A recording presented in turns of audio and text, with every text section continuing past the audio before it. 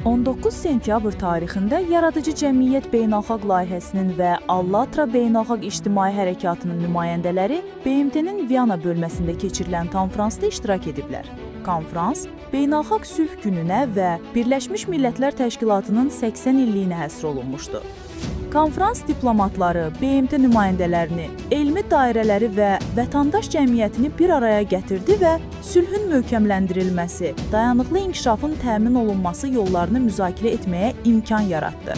Yaradıcı cəmiyyət və Allatra iştirakçıları qonaqlarla mədəniyyətlərarası dialoqun, ekoloji dayanıqlığın və qeyri-hökumət təşkilatlarının beynəlxalq əməkdaşlıqdakı rolunun əhəmiyyəti barədə, həmçinin cəmiyyətin müasir qlobal çağırışlar barədə məlumatlandırılmasının vacibliyi barədə fikir mübadiləsi apardılar. Tədbir göstərdi ki, yalnız hörmət, məsuliyyət və hər kəsin fəal iştirakı vasitəsilə möhkəm və sülhsevər dünya qurmaq mümkündür.